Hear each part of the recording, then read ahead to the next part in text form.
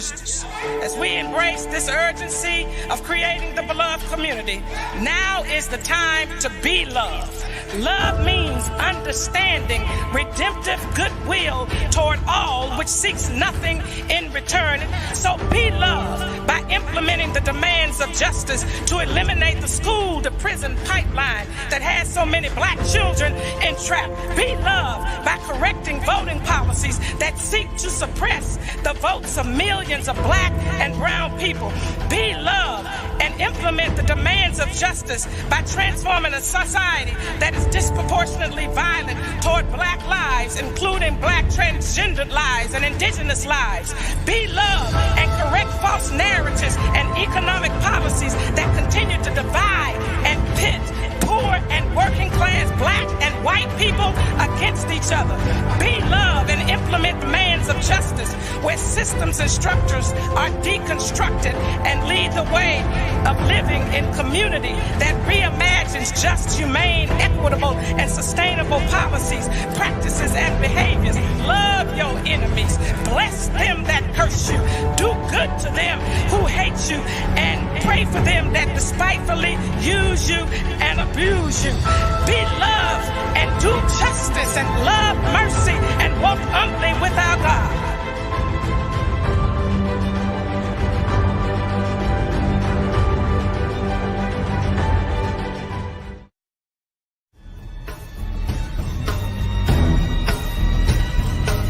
Beloved Community Talk. Well, good evening, everybody, and welcome to our Beloved Community Talks on racism and the miseducation of America. I am sure that many of you have been eagerly awaiting this conversation, and I have so looked forward to it as well, and we are finally here. What I want you to do is to take this moment and invite others to join us in this conversation. And I say join us because I will not only be engaging our guest for tonight, you will also have an opportunity to ask questions after I engage it for a little bit. But take a moment now to invite those other individuals and give us some likes. We need some encouragement tonight as we are having this necessary and essential conversation. Many of you already know who our guest is, and I want to bring her in tonight. Jane Elliott. She doesn't like to be referred to as Dr. Jane Elliott. Like me, I tell people all the time when they ask me, do you want to be called Doctor, Reverend Doctor, or Bernice? I say to people, my name is Bernice, and in fact, my name has power in it. It means bringer of victory. So I prefer you to call me by my name. So I'm going to call her Jane Elliott tonight. She is a renowned educator who has a powerful voice of calling white people out and up to a right way of thinking that embraces the truth. In other words, she speaks truth to power. That's what many of us know her as. She is a no-nonsense and frank voice speaking against discrimination and exposing racial prejudice and bigotry. She's a lecturer, a diversity trainer, and she consistently promotes that there is one race, which is the human race. I will be so glad, Dr. Elliott, when we get to the place in this world where people truly recognize that, but we got some work to do as we address all of the challenges around racism and racial prejudice and discrimination. So thank you for joining me on tonight. And guess what? You and I have something in common. We just recently, we will be appearing on the September cover of the British Vogue. And so congratulations to you, Activism Now. We're the face. Can you believe it? I'm 57 and you are 80 something, and we are the face of activism now. So that just goes to show you what my mother said. She said, struggle is a never ending process.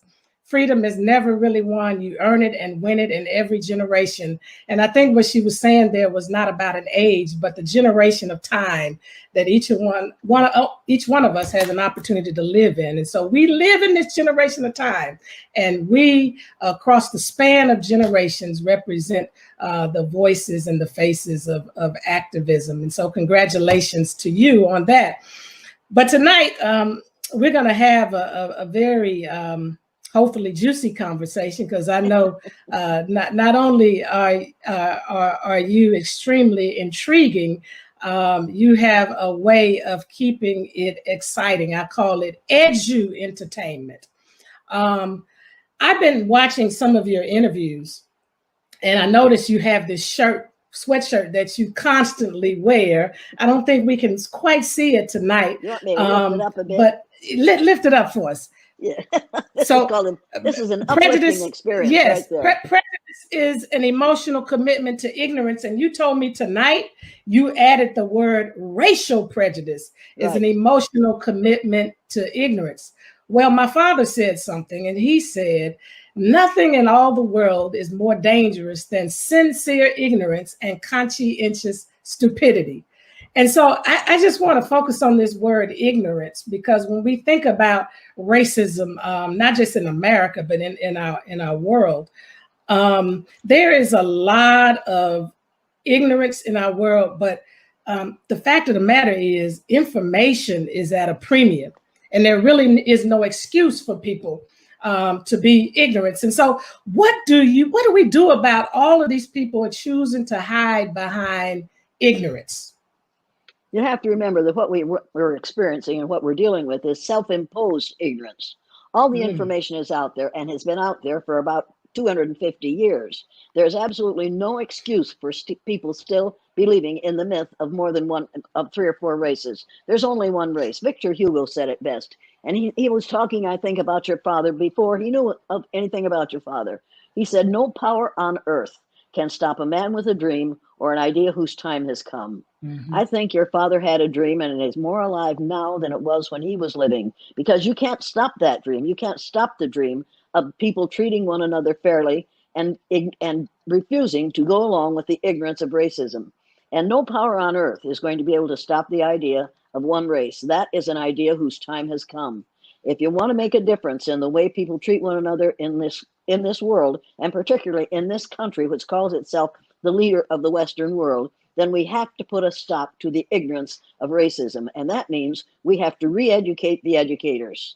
And we have to do it before school starts, because when school starts, they're going to go right back to talking about Columbus, who discovered America. You can't discover a place where people are already living. They discovered it before you got there. It's time for us to start teaching the truth, and it's time for parents to go to the schools and demand that teachers teach the truth. We have taught anti-social studies long enough. Now it's time to teach real social studies, which means we're going to start teaching the truth. Wow, I'm glad you said that, because I'm trying to, who's that said no lie can live forever? We're in a season now where truth has to be enthroned and lies have to be dethroned. I want to say that again to everybody listening. We have to enthrone the truth and dethrone lies in our nation, because so often we have been allowing ourselves to be led by lies. So with that in mind, I just want to remind people of something that occurred 52 years ago, I believe, with you. It's where a lot of your work began on this journey of being what they call today an anti-racist. I would say a person committed to eradicating racism, because we often say we don't want to just talk about what we're against, but we want to talk about what we're for. And I know you're for racial equity and equality. But 52 years ago, when my father was assassinated, you were moved to do an experiment with blue eyes and brown eyes, to press the point about the discrimination, racial discrimination that had been happening, or that not just had been then, but it continues, but was happening in our society. And you've been on this journey for a long time. I'm wondering if we fast forward to everything that you have learned and everything that has occurred since that assassination, would you redo that experiment the same way you've done it in light of George Floyd now, in light of the Black Lives Matter protests and movement that's been happening recently on the heels of our pandemic as well? Would you do the same experiment, or what would you say to a group of educators today, as many of them, as you just said, are going back to school now, some of them virtually, some of them in person? What would you have them do by way of an experiment today? The first thing I do is stop referring to what I do as an experiment. And you're not Okay. at fault. That's the way everybody describes it. And for many people, when they call it an experiment, they're trying to lessen its effect and to make it wrong. It's wrong So to it's an experiment with people. experience. It's Was an it an experience. experience? Yes. Yes, it's an experience. Because you see, when I separate people according to on the basis of a physical characteristic over which they have absolutely no control, and treat those who have the right characteristic fine and those who don't have that right characteristic badly, if that's an experiment, then what we have been doing with black and brown and yellow and red so-called people in this country for the last 300 years has been an experiment. It's illegal. It's unethical. It ought not to be happening. But if what I do is an experiment, then what we've been doing in this country has been an experiment. You need to realize that. And I'm not anti-racist. I am pro-human. I am pro seeing every human, every person on the face of the earth as a member of the same race. These people of different skin colors are my different skin folks are my kin folks. You need to realize that. As far as I'm concerned, you and I are 30th to 50th cousins, and we've got to convince people of the truth of the fact of that matter. That's the way it is. If we traced our DNA back far enough, every one of us would find a percentage of our DNA came from a country on the continent of Africa. Every single human being on the face of the earth. And it's time for us to realize that. And it's time to realize that when you teach as if there are 2 or 3 races, you are not being stupid. You can't fix stupid. You can fix ignorant. So that's what I mean when I say we have to re-educate the educators. Every educator should read the Nathan Rutstein's book that this statement came out of. And it is about the trying to change the psychological genocide that's going on in the schools with our children. We have to teach educators that we do not allow ourselves or our students to talk about different races. You want to talk about different color groups? You want to talk about different cultural groups? You want to talk about different ages, different stages, different nationalities? That's fine, but not different races. And without fail, when somebody introduces me, they say there are many races on the face of the earth, and Mrs. Elliott is, no, there's only one. And you and I are members of it. You're my 30th to 50th cousin, whether you like it or not. Now, our skin color is a whole lot closer than the color of my skin and the color of my hair and the color of my shirt. My shirt and my hair are white. My skin is not. White people do not exist on the face of the earth. We are all shades of brown. And the only reason white and black came up during the Spanish Inquisition is because white is the color of purity and goodness. Black is the color of savagery and badness. And that's the reason that it's white versus black. We need to realize that we have been conned dreadfully for the last 400 years. You also need to realize that the reason we're having a lot of trouble getting rid of racism is because racism makes money.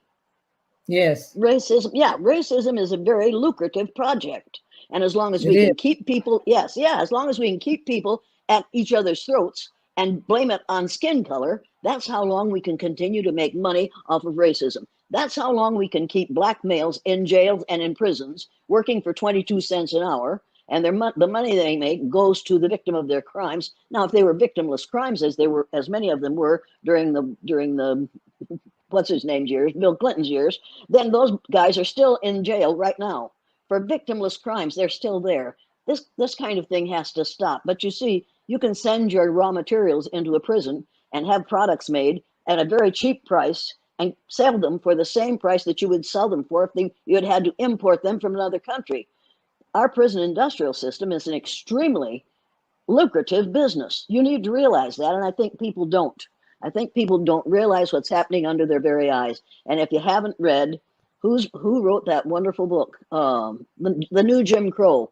Michelle Alexander. If you haven't read Michelle Alexander's The New Jim Crow, folks watching this, you need to read that book, because it will just make you absolutely furious when you realize what's happening right now. And The Color of Law too. I think you mentioned that book as well. Yes. Oh, The Color of Law is full of information that it never occurred to me, that I just thought that segregation was de facto segregation. People just don't want to live with those who are different from themselves. Number one, we aren't that different from one another. You need to realize that. Number two, it's a pleasure to live with people who are different from yourself, because you get a different perspective on everything. But the Color of Law tells us that the people who wrote the laws in this country, and who are still writing the laws in this country, actually believe in the myth of more than one race. And there's a great book written by Robert Wald Sussman, the Myth of Race. The book is fantastic. It's full of good information, well researched. The only problem with it is he has the wrong title.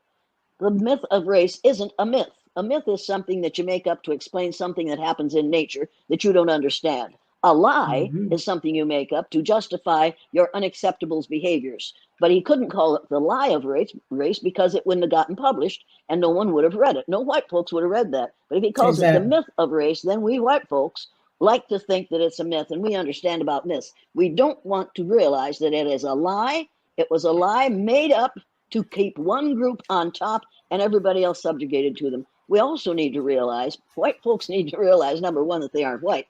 Number two, that only 25% of the population of the earth is classified as white. 25%. The other 75% are people of color. And white folks in this country right now are really worried, because they know that the demographics of this country say that within 30 years,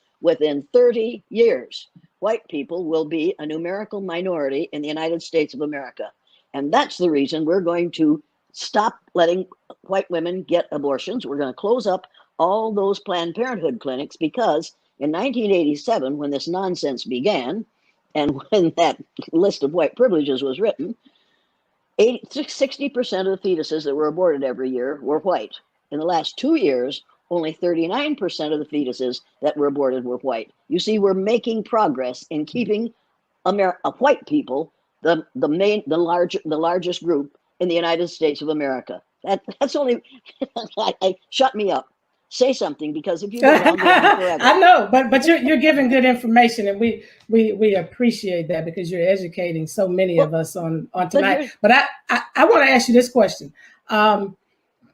You have a lot of passion, and you've been going strong for 52 years, and I want to applaud you for that. And there may have been peaks and valleys in the process, but the fact is you have this staying power, and you can feel and sense your energy and your commitment and your determination, and it's almost like this is your time and this is your season. I don't know. What do you think about the white population in general now? Do you feel that this is a moment where there is a great awakening happening?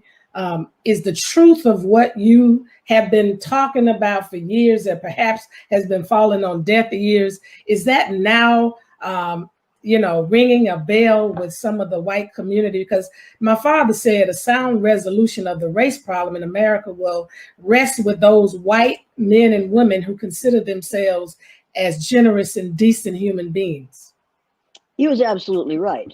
But you see, right now, what we're dealing with now is that marvelous, huge group of children. They aren't children, but everybody's younger than I am, so I call them children. All those young people out in the streets protesting what finally we got to see, and you can't deny what the police were doing to those young black males. One kneeling on his neck until he died, waiting until he was dead. Another shooting one because a man had overpowered two policemen and taken the taser away from them, disarmed one of them without any help from anybody else, and then ran away to avoid making a mistake. Then the other policeman steps up and shoots him. We got to see that. Black people have been seeing that in this country for over 300 years. But we palefaces have been denying that it's happening because we weren't there when it happened, and we know that policemen are on the scene to protect and defend us. Well, but and can I say something? Can I Sure. say something? We as Black people are tired too. We're tired because we've been on the front line of this whole. We've been the victims of the recipients of it, and we've also had to rise to the occasion to enlighten the conscience of white America. And many are tired now. But what's worse than that is you not only have been expected to put up with it, but you have also been expected to forgive and forget and smile. And you've been expected to be more humane than any white people. You've been expected to be more forgiving. You've been expected to develop wonderful coping skills. You've been expected to be more than the people who have called you inferior expect you to be, and more than they recognize what you are. We refuse to recognize the fantastic intelligence of those first Black people who left the area of the equator and moved without any technological, none of the modern technological stuff, to populate every landmass on the face of the earth. And they did that. They showed their creativity, they showed their courage, they showed their curiosity, they showed their intelligence, they showed all those aspects that we deny being in people of color other than the white group. And how we have managed to do that is more than I know, but we have deliberately lied to ourselves, our children, our grandchildren, our great-grandchildren. It's been going on for between 300 and 400 years. We need to put a stop to it, and we need to put a stop to it now. It's time for us to realize how fantastic. Let me make something perfectly clear here. My heroes are Black women. And it's not because I'm talking to you as a Black woman. I'm talking to you as a member of my race. And women of color have shown themselves to be more forgiving, more understanding, more accepting, more tolerant than any white person I know. And I don't know how they do it, but they do it. And it's not because of an X quality. It's because they have learned how to survive in an environment that says they can't. I will not forget the young Black woman who stood beside me at a major university in northeastern part of the United States, and we were talking about differences. And she kept saying, when you asked the audience, and the members of the audience were all department heads in this university. So we were talking about differences, and the tall white man was on my left, and this taller Black woman was on my right. And I said to the audience, hoping they'd pass the test, "Do you see any differences here?" I hoped they would say the one thing they saw first. They saw height, they saw gender, they saw age, and then finally, one of them said color. And I said, "Thank you very much. Are you talking about hair color or skin color?" She said, "Skin color." And I said to this Black woman, I said to the white male, "Is your skin color important to you?" He said, "I never have to think of it." And I thought, you lucky, yes. Oh, I thought unpleasant things. So I turned to this Black, and I said, "Does your skin color give you power?" "Yes, I'm strong." I said, "Is there anything you fear?" "I'm not afraid of anything." So I turned to this Black woman, and I said, "Is your skin color important to you? Does it give you power?" And she waited for a long, long minute. And then finally she said, "I'm going to say something I've never said out loud before." I said, "And that's because?" She said, "Because I'm ashamed of it." I said, "And that would be?" She said, "I have 2 children. Both of them are girls. Both times," and this makes me sick because it was such an awful moment. She said, "Both times when I was pregnant, I prayed that I wouldn't have a son." I said, "And that's because I didn't want to think of what he'd have to go through and what I'd have to go through when I lost him." And she didn't say if I lost him. She said when I lost him. There wasn't a sound in that room. Every one of those educated educators knew at that moment that they had flunked the test.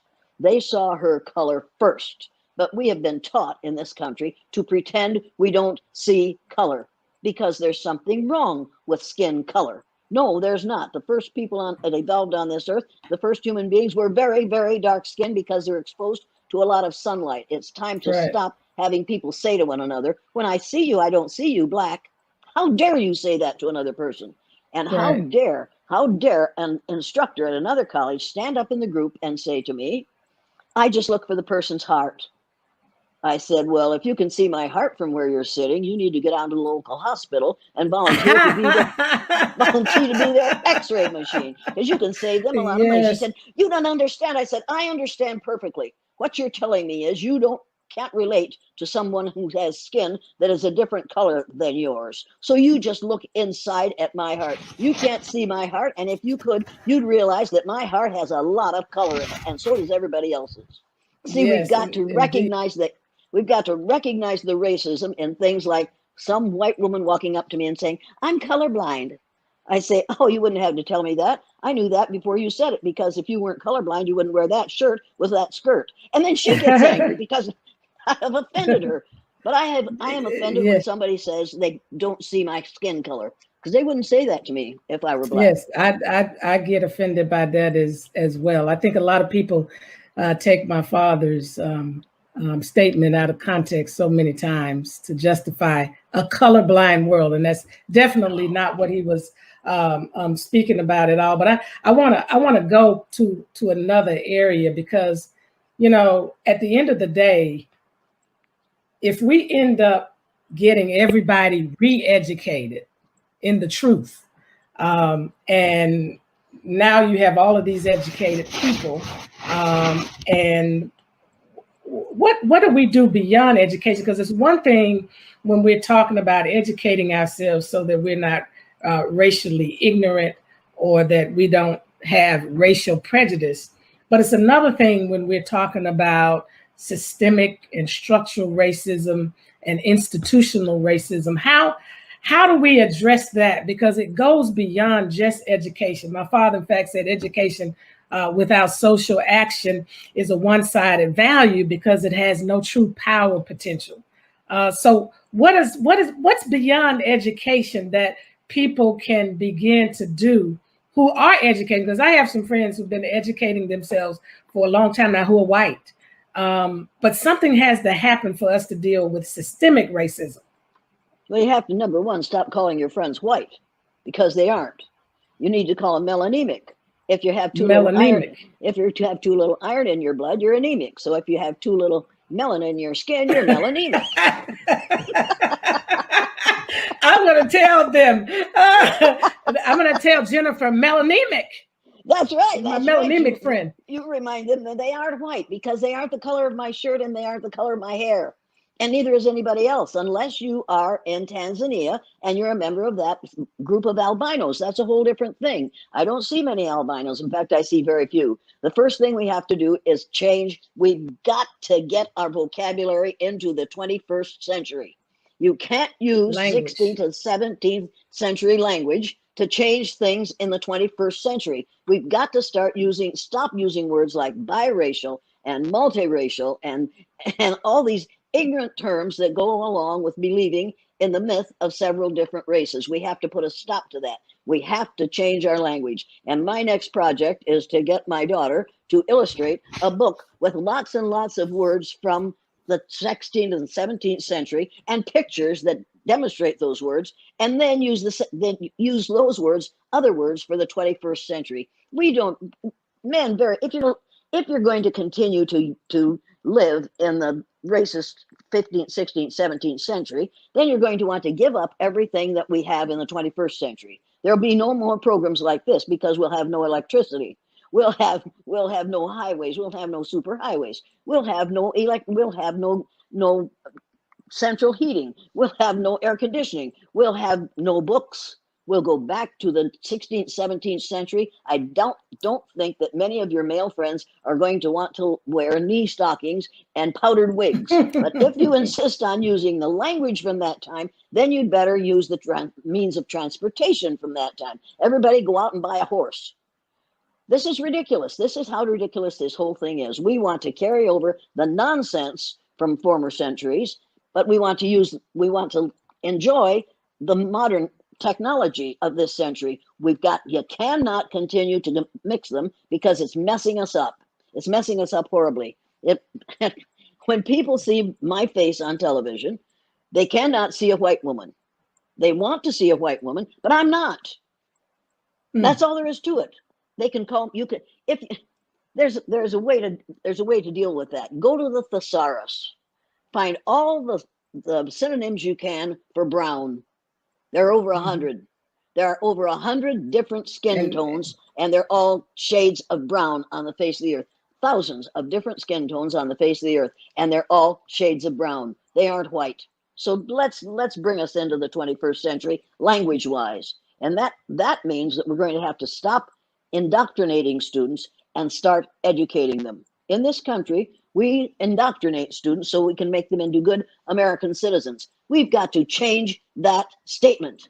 This is not, people in this country are quite certain that America is the 48 contiguous states and Alaska and Hawaii and the islands off the southeastern coast of the United States. That's not all of America.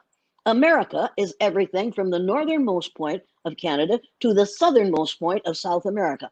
All those people in that area are Americans. We've got to stop saying, as our presidents always do, God bless you and God bless America. No, they don't mean God bless America. If they did, they wouldn't build a wall on the southern border of the United States to keep those folks who aren't Americans out. They are Americans. We've got to change our vocabulary and start referring to the USA instead of America. We've got to stop this let me just ask you this.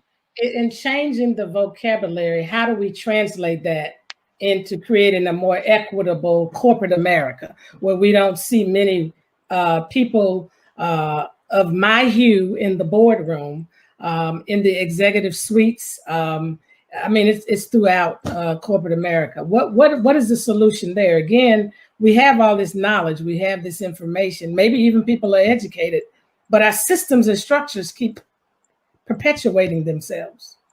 Read Robert Reich's book, The System. Who Rigged It? The System by Robert Reich. Who rigged it and how to fix it? And here's another thing you can do, and this is a cheap and easy thing to do. Get this magazine. Do you see these two little girls? Would you say that they are biracial? In our current terminology? Yeah. Probably so. Yeah, well, they aren't. They aren't biracial. They are members of the same race that you and I are. These are not biracial children. These are mosaic children. A mosaic is something, an art form that is new and beautiful and made of many elements. That's what these two girls are. These are not black and white. This is a number one. This is a bad title for this. But inside this magazine is some of the most remarkable stuff. One of it is a whole page, 3 pages of people of different skin tones. It is absolute. See if you can find that, Sarah. It is absolutely beautiful. And it also has the map that shows where we all began. Look at this. Look at these. Look at these. These are all citizens of this country, of the world, and all of different colors. People, colors, these are all equally human beings. You have to realize that. And underneath them, it says Pantone and then a number. You can find your skin color on the Pantone color wheel. If I were teaching this year, I would have a copy of the Pantone color wheel or something that approximates that in my classroom, and I would have every child go up and put his or her face against that color wheel until they find the color of their skin. Instead of calling anybody black and white, I would say, wait, you're number 632. You're beautiful. You're number 59-6. You're lovely. You're absolutely lovely. You're all beautiful. This is a color wheel of humanity. And then farther on in this, find the map. There's a map that shows you where human beings started and how they moved over the face of the earth to populate every landmass on the face of the earth. They came to North America about what? 10,000, 12, 11,000 years ago.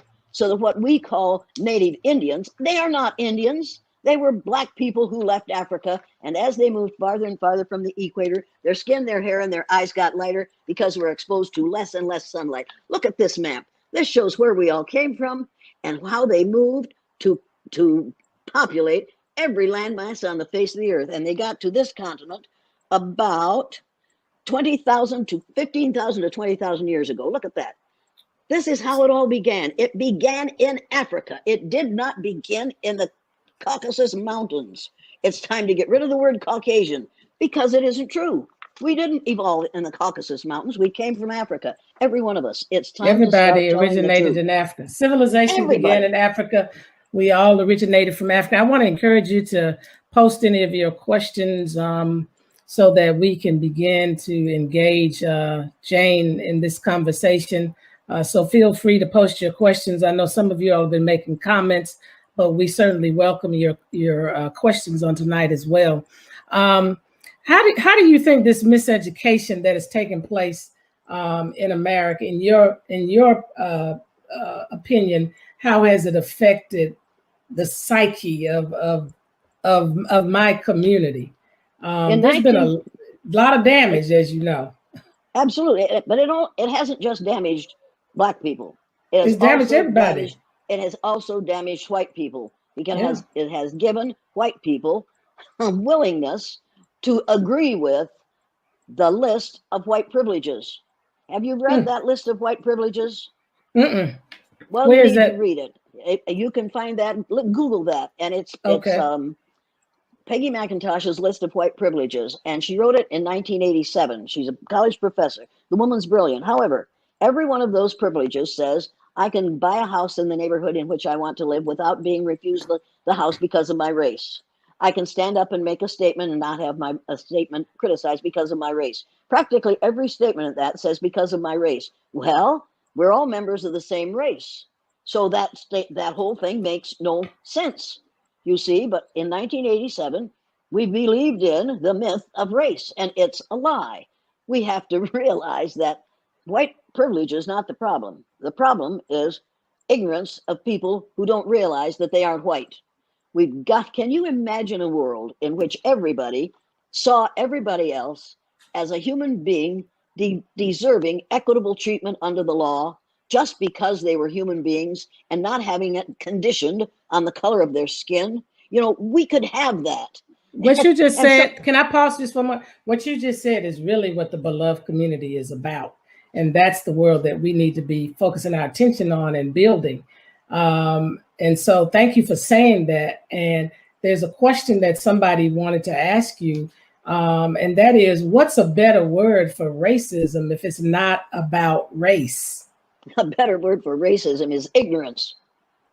Racism is the result of ignorance, not knowing. And you don't have to be ignorant about race anymore, because the books are out there. If you haven't read Anthony Browder's book, Nile Valley Contributions to Civilization, you'd better get it, people, and read it, because when you do, you will find out that 4,000 years before the birth of Jesus Christ, Black people in the Nile Valley, which is in Egypt, and Egypt is a country on the continent of Africa. It is not in the Middle East, but we've moved it over into the Middle East so that we don't have to admit that all those wonderful things we got from Egyptians came to us from Black people.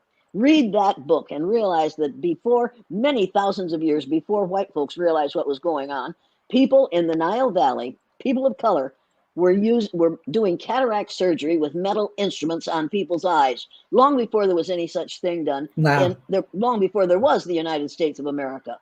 So this whole thing has to stop. Somebody says, how do you begin the conversation about anti-racism and a raceless society with your young children? We aren't going to have a raceless society. We're always going to have a human race society. So you don't want to talk about raceless society, because we're all members of a race, the human race. But you have to be opposed to people who speak as though there are 2 or 3 different races, and as though skin color had anything to do with intelligence. Make no mistake about this.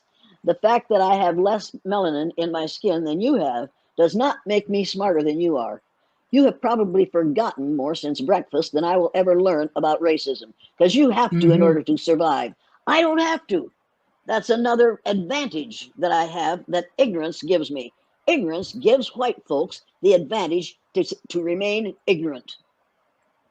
So somebody asked, how do you deliver a one-year curriculum in this topic, including updated vocabulary terms? Well, I did it with 3rd graders, and if I can do it with 3rd graders, other people can do it with 6th, 8th, 10th, and 12th graders. And what you do is, number one, I wouldn't advise every teacher to do the exercise, the blue-eyed, brown-eyed exercise, because you and I both know that there are a whole lot of people in classrooms who are teachers and not educators, and who see Black boys and girls as less than already. So you are not going to put this exercise in the hands of a racist teacher. And there are lots of most teachers are racist because it works. It works. Being a racist in this country as an educator works. The communities depend on you perpetuating the status quo. And the status quo is white people. And then, if you've read Andrew Hacker's book, black and white, separate and unequal, everybody should read Andrew Hacker's book. And you'd realize where we are on the continuum of ignorance to knowledge. And where we are is we're still ignorant because we're afraid to teach the truth. Most of us were never taught the truth, so we don't teach the truth. And when you read The Color of Law, you'll realize that the lawyers who wrote the law believed in the myth of several different races. Right. So if lawyers were that ignorant, why wouldn't plumbers, and why wouldn't housewives, and why wouldn't the retail grocers all be equally ignorant? If that's the way you're supposed to behave, the way lawyers do, and they're obviously racist in the laws that they've written in the last 300 years in this country. You have to read the book, The Color of Law. It will change the way you see your world. And I would, if I were an administrator, I would say to the teachers, all right, now here's a list of books. And I expect every one of you to read one of these per month for the rest of the year until you have read all of them. And now teachers are going to say, I don't get paid enough to do that. And to which I'm going to say, if you don't do it, you won't get paid at all because you'll be working somewhere else. Wow, that's powerful. I want to ask you one last question because I think we may have one or two before we close out. There's a question here. Andre Lamothe said, how do we go about making sure in changing the language of who people are that we aren't masking the insidious of the ideology of white supremacy from being hidden and perpetuated? Wow. Because we expose the myth of white superiority. We expose the myth by looking at the history and the real history. We expose the myth by going to Anthony Browder. We expose the myth by going to all these people who know the truth and who have been writing the truth that we refuse to read and we refuse to change. Change is the hardest thing for educators to do. We learned what we're supposed to teach when we were in college. We learned what we were supposed to know when we were in high school. They've done studies in this country that prove that the longer you stay in school, the more bigoted you become, because every year you are reinforced in what you learn grades K through 8. So we need to change what we're teaching in grades K through 8 and teach the truth. Administrators need to say to their teachers at the beginning of the year, these are the things you are not going to do. You are not going to expect less of any child based on that child's skin color, and you're not going to expect more of any child based on that child's skin color. I thought I knew about expectations until I did the blue-eyed, brown-eyed exercise. And then in my classroom that year, there were 4 dyslexic boys, brown-eyed. On the day they were on the top in that exercise, they read words I knew they couldn't read, and they spelled words I knew they couldn't spell. And at the same time, I had Carol, the Lutheran minister's daughter, who came into my room in February reading at the 6th grade level. On the day she was on the bottom because she had blue eyes, she forgot how to read. She made mistakes in reading. She made mistakes in spelling, and she forgot how to multiply. Now, that all happened to her because I lowered my expectations for her. She went through that for one day and couldn't achieve academically after it. Imagine what happens to little black boys, especially boys, because it's worse for black boys because we'll accept black girls because we don't see them as ever going to be powerful. But black boys is another thing. And we have, and if you, oh Lord, that's another book you'd ought to read. I can't remember the name of it, but it doesn't matter. But you need to realize that if we would start expecting great things from children, we will get great things from children. But as long as you have been indoctrinated with the myth of the superiority of people who have less melanin in their skin, you will expect less from the children of color than you do from the children who are colorless. And that is a major problem in education in this country today, and it has been for the last 300 years. We need to fix it, and we need to fix it now. And that should be in our teachers' contracts. I will not teach in a racist way. And no teachers they won't sign it because they don't know. If they would just agree to use this Peter's projection map instead of the Mercator map. You see this? You see Greenland here? You can't see it because Greenland on this map is the size that it's supposed to be. Right there. Greenland is not a great big ripe plum hanging down in the middle of the map.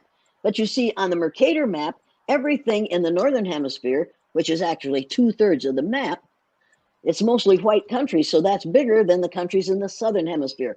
At the bottom of the Mercator map is a legend, and the last sentence of that legend says South America is actually 9 times larger than Greenland. Now, did you know that? Does it matter? Hell yes, it matters. It matters a lot, because what you do with this is the Peters map. So these shapes are distorted, but the sizes and the locations are right. Everybody needs to get a copy of this map and send it to school with their child. Get it laminated first, send it to school with your child, and say, this is the map I want my child to see in the classroom. On this map, the equator is halfway down the map instead of 2/3 of the way down the map, the way it is on the Mercator map. Do you have a copy of the Mercator map handy? Nope. Well, get one.